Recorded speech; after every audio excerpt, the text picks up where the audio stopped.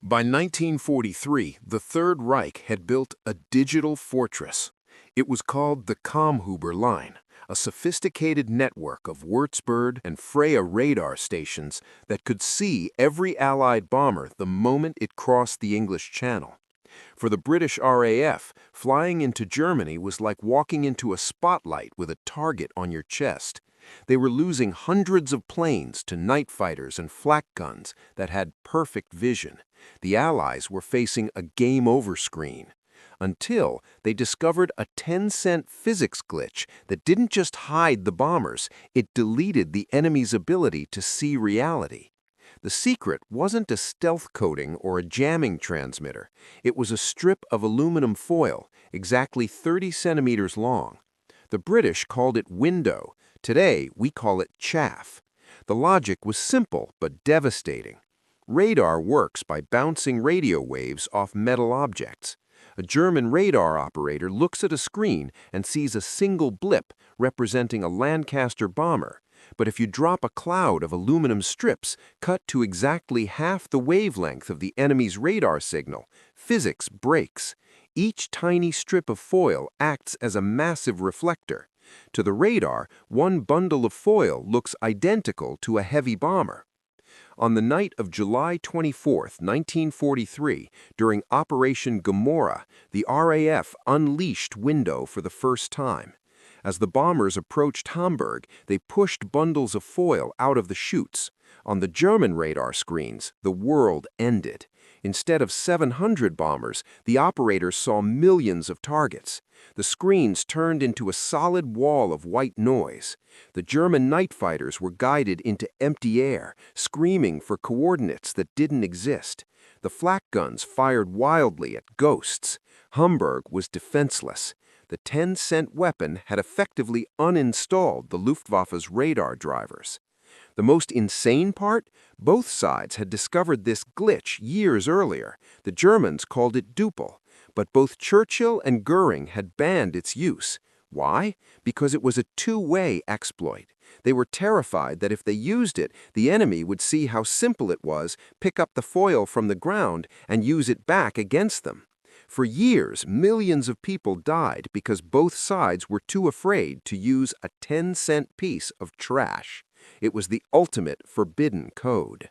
On the morning of June 6, 1944, German radar operators at the Pas de Calais saw a nightmare appearing on their screens. A massive Allied invasion fleet, miles wide, was steaming directly toward them. The signals were clear. Hundreds of ships moving at constant speed, heading for the shortest crossing of the English Channel. The German High Command scrambled their reserves, moving panzer divisions and heavy artillery to meet the threat. But there was a glitch. When the German shore batteries looked out into the foggy ocean, there was nothing there.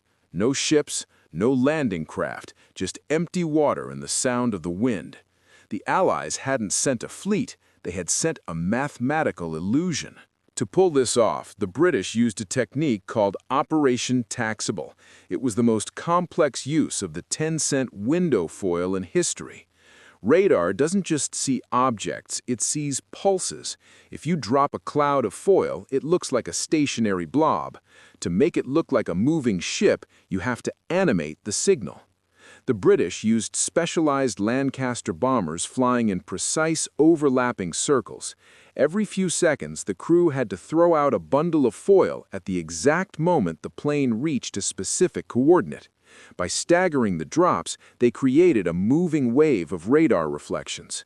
To the German operators, it looked like a fleet moving at exactly 7 knots. It was a frame rate hack, using analog materials to create a digital-style animation of a non-existent army. But radar wasn't the only sensor the Germans had. They also had hydrophones, underwater microphones. To complete the Ghost Fleet exploit, the British sent a few small motorboats equipped with massive speakers. These speakers didn't play music, they played the recorded sounds of massive anchor chains dropping, the hum of heavy engines, and the shouting of thousands of men. They were broadcasting a soundtrack of war into the fog. The Germans heard the fleet, and their radar saw the fleet, so their brains told them the fleet was real.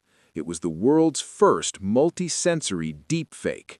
While the German 15th Army was waiting for a ghost in Calais, the real invasion was hitting the beaches of Normandy, 100 miles away, almost completely unopposed by the German heavy reserves.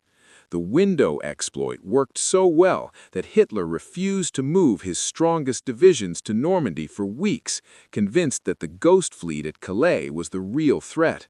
By the time the German High Command realized the code had been hacked, it was too late. The Allies had established a foothold.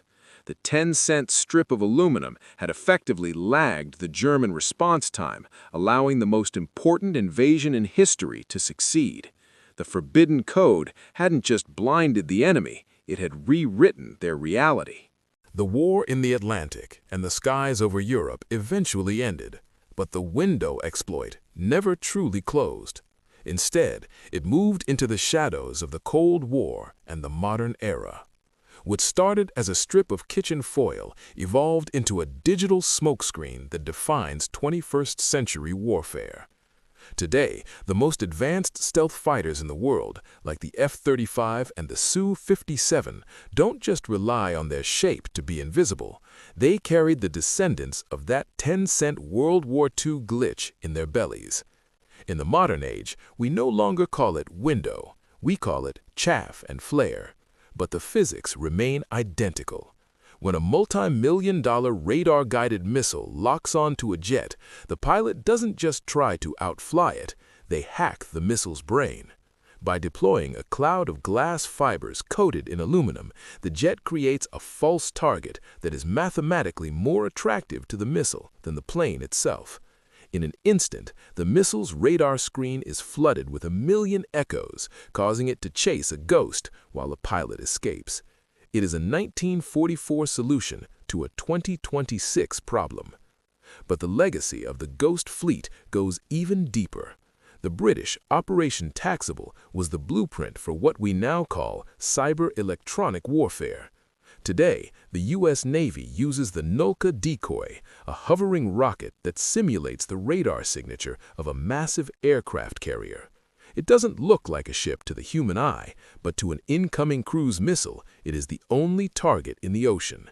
It is a phantom made of radio waves, a direct evolution of the wooden motorboats and aluminum foil that tricked Hitler at Calais. We are now living in the era of the cognitive glitch. Modern electronic warfare units can now capture an enemy's radar signal, manipulate it, and send it back, telling the enemy that a fleet is 50 miles to the north when it is actually right in front of them. The forbidden code that Churchill and Goering were too afraid to use has become the standard operating system of global power. The 10-cent strip of aluminum didn't just blind the German Air Force, it taught humanity that in the age of machines, the most powerful weapon isn't the one that destroys the body, but the one that recodes the enemy's mind.